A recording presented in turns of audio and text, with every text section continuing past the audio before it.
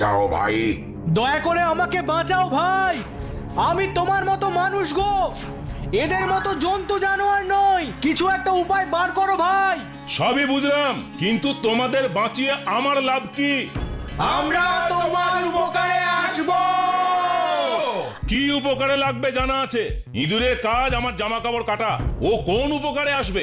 আর কাটবো না গো, সত্যি বলছি, সারা জীবন তোমার গোলামি করব।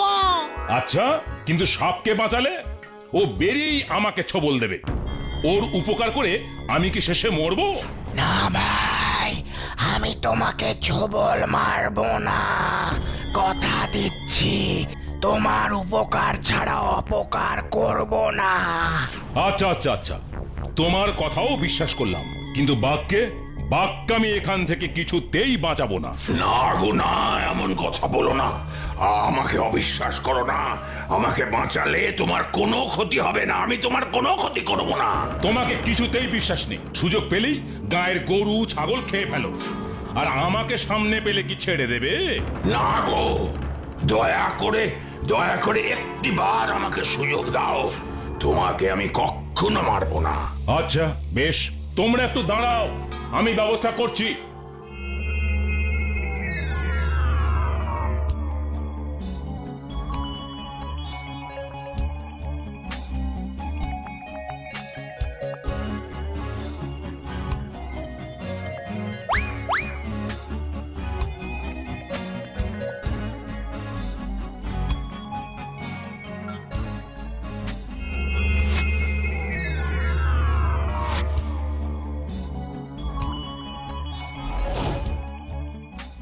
তুমি আমার প্রাণ রক্ষা করেছো, তুমি আমার রক্ষাকর্তা, তোমাকে আজীবন মনে রাখবো। তা তুমি কি করবে শুনি? আগে আমি বাড়ি যাই, কাল তোমার বাড়ি গিয়ে সব কথা বলবো তোমাকে। আচ্ছা, তবে বিদায়। তুমি অনেক উপকার করলে, আমিও যথাসাধ্য তোমার কাজে আসবো। এখন যাই, কাল যাব তোমার কাছে। আচ্ছা এসো। ও শিকারি দাদা, আমিও কিন্তু এখন বাড়ি যাব, কিন্তু আবার আসবো তোমার কাছে উপহার নিয়ে। বেশ, এসো তবে। কিন্তু আমি কি করব বলো তো ভাই? কেন, তুমিও বাড়ি যাও, আর কি করবে? আমার কি বাড়ি আছে যে যাব? আমার তো কিছুই নেই। আহারে, তোমার বুঝি কোথাও কেউ নেই? না গো দাদা, আমার তিন কুলে কেউ নেই, ঘুরতে ঘুরতে জঙ্গলে পথ হারিয়ে এই গর্তে পড়ে গেছি। এখন কি করবে তুমি? সেই তো, কি করব, কোথায় যাব, কিছুই বুঝতে পারছি না। আমি তো আর বাঘ সাপের মতো জঙ্গলে থাকতে পারবো না, একটা কিছু খুঁজতে হবে আমায়।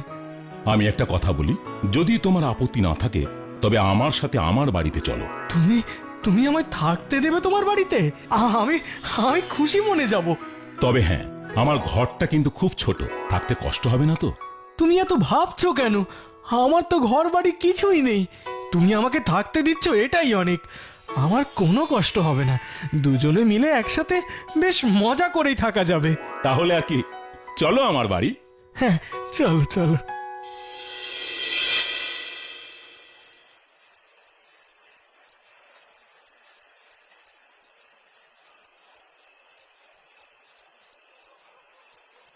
হে বাবা, এই বাসি ভাত শুধু নুন দিয়ে খেতে হবে? হ্যাঁ ভাই, কি করব বলো, আজ শিকারে গিয়ে কিছুই পাইনি, তার উপর তোমাদের গর্ত থেকে উদ্ধার করতেই পুরো দিনটা চলে গেল। এটুকু কষ্ট করে খেয়ে নাও। সেই তো আসলে আমি তো শুধু নুন ভাত খেতে পারি না, তাই বলছিলাম। আলম, আরে, সেই বাঘের গলা শোনা গেল না? হ্যাঁ হ্যাঁ, ঠিক বলেছো তো। চলো তো একবার বেরিয়ে দেখি সত্যি এসেছে কিনা।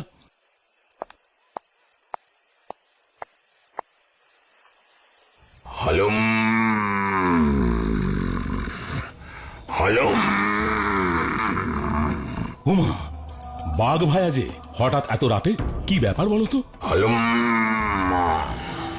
হ্যাঁ, এখনই এলাম, তোমার জন্য একটা জিনিস এনেছি। এই রাত্রে আমার জন্য আবার কি নিয়ে এলে? তোমার জন্য শিকার এনেছি। শিকার এনেছো? কিন্তু কেন? ও মা, আমাদের উদ্ধার করতে গিয়ে তো তোমার সারাটা দিন গেল। আমি জানি যে তুমি শিকার পাওনি। আমি শিকার পাইনি ভেবে তুমি আমার জন্য শিকার এনেছো? হ্যাঁ গো শিকারি ভাই, আর একটা কথা শোনো, তোমাকে আর রোজ রোজ কষ্ট করে শিকার করতে যেতে হবে না, বুঝেছো তো? বাহ, এটা কেমন কথা হলো? শিকারে না গেলে আমার চলবে কেমন করে? আমি তো আছি, নইলে তোমার উপকারে আমি লাগবো কিভাবে? মানে? মানেটা হলো আমি এখন থেকে তোমার জন্য শিকার ধরে আনবো, বুঝেছ? বেশ বেশ, অতি উত্তম প্রস্তাব বাঘ ভায়া। আজকের শিকার তোমার উঠোনে রেখে দিয়েছি, এখন আসি, কাল আসবো।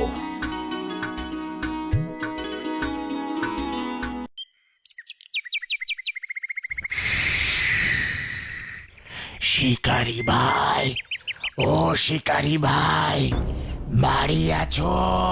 ওমা, সাপ ভাই যে এত সকালে আমার বাড়িতে, ব্যাপার কি? সকাল সকাল কি এমনি এসেছি? তাড়াতাড়ি একটা পাত্র আনো, আমি তোমার জন্য একটা জিনিস নিয়ে এসেছি। পাত্র দিয়ে কি হবে? কি এনেছো তুমি? আগে পাত্র আনো, দেখাচ্ছি।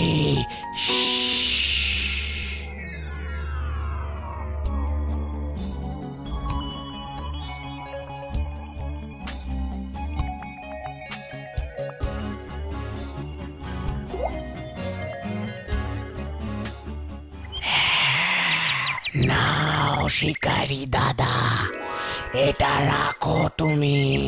ও বাবা, এই যে তোমার বিষ, কি হবে এতে? শুধু বিষ হলে কি দিতাম, এটা ওষুধ গো। আমার তো অসুখ করেনি, ওষুধ কি হবে? আহা, তোমার অসুখ করবে কেন?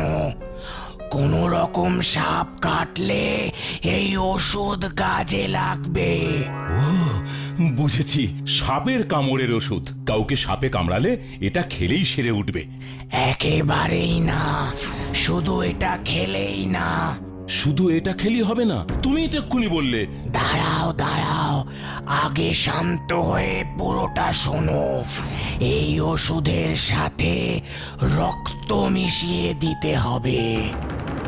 রক্ত? কার রক্ত? যে সে লোকের রক্ত নয়, তাহলে? কোন মিথ্যাবাদী বিশ্বাসঘাতক লোকের রক্ত।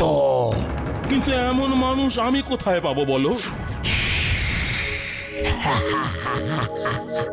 সেটা তোমাকেই খুঁজতে হবে। এখন এটা যত্ন করে রাখো। আচ্ছা, এখন চলি ভাই, আবার পরে দেখা হবে।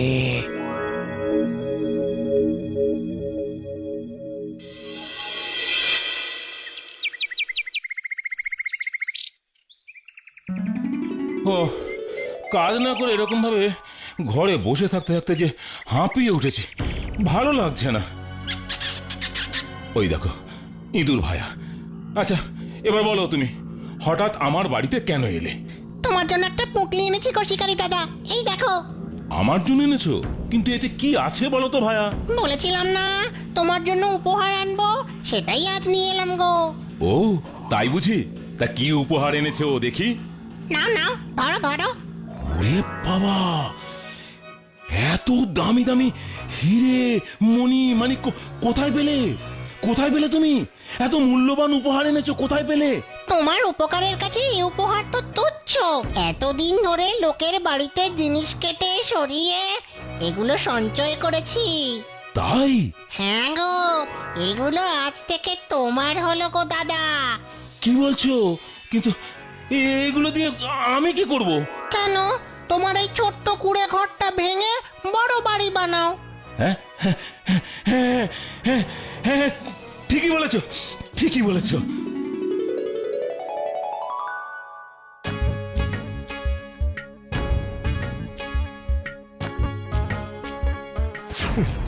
একেই বলে কপাল। ছিল গরিব শিকারী, নুন আনতে পান্তা ফুরোতো, আর এখন একেবারে রাজা, কিছুই করলো না অথচ এত কিছু পেয়ে গেল। দেখলেই আমার অসহ্য লাগছে। আমিও তো ওই জানোয়ারগুলোর সাথে একই গর্তেই ছিলাম, কিন্তু কিছুই তো পেলাম না।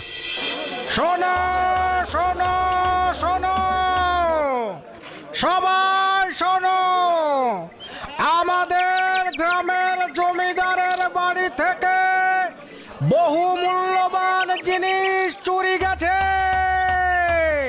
যদি কেউ সেই চোর বা জিনিসের খোঁজ দিতে পারে, জমিদার মশাই তাকে পুরস্কার দেবেন। শোনো শোনো শোনো। এই যে সুযোগ পেয়েছি, শিকারী এবার বড়লোক হওয়ার মজাটা টের পাবে। দাঁড়াও তোমার ব্যবস্থা করছি। কি কি জিনিস চুরি হয়েছে, কবে হয়েছে, সবই তো তোমাকে আমি বললাম। তা তুমি এ ব্যাপারে কি সাহায্য করতে পারবে বলো?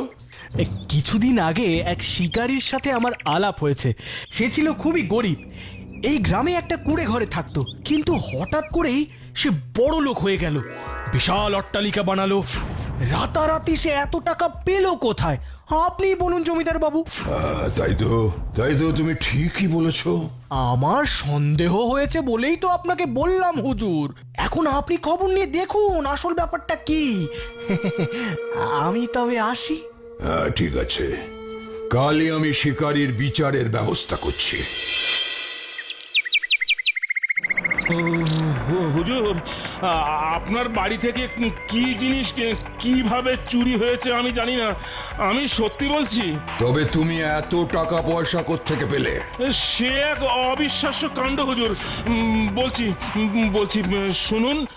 চুরি করে আবার এ সমস্ত আজগুবি গল্প বানাচ্ছ?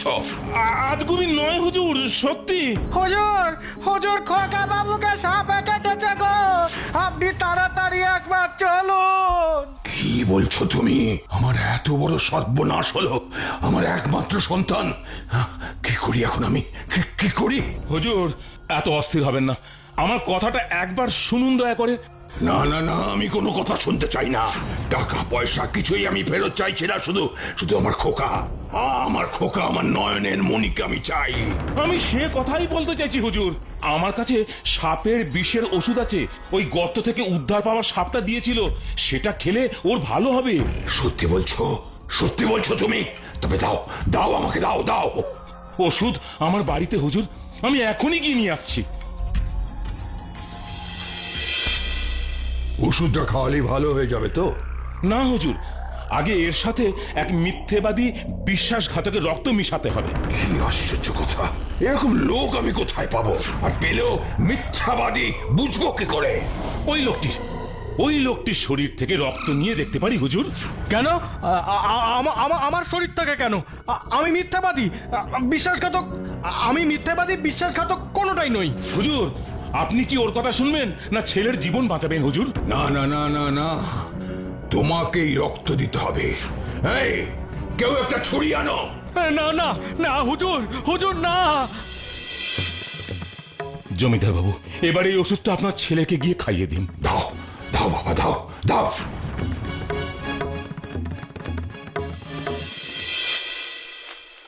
এটা একবারে অবাক কাণ্ড। তোমার দেওয়া ওষুধ খেয়ে আমার ছেলের জ্ঞান ফিরেছে, সুস্থ হয়ে উঠেছে। তোমাকে যে আমি কি বলে কৃতজ্ঞতা জানাবো। আমি যে মিথ্যে বলিনি তার প্রমাণ পেলেন তো হুজুর। ওই লোকটিকেও আমি উদ্ধার করেছি, আমার বাড়িতে থাকতে দিয়েছি। সেসব ভুলে পুরস্কারের লোভে ও আপনার কাছে আমাকে চোর সাজাচ্ছে, আমার নামে মিথ্যে বলছে। এই, কে কোথায় আছিস? এই লোকটাকে বন্দি কর। আর কখনো মিথ্যে বলবো না হুজুর, আমায় ছেড়ে দিন হুজুর, আমায় ছেড়ে দিন। আর শিকারী, তুমি আর আমি আজ থেকে বন্ধু।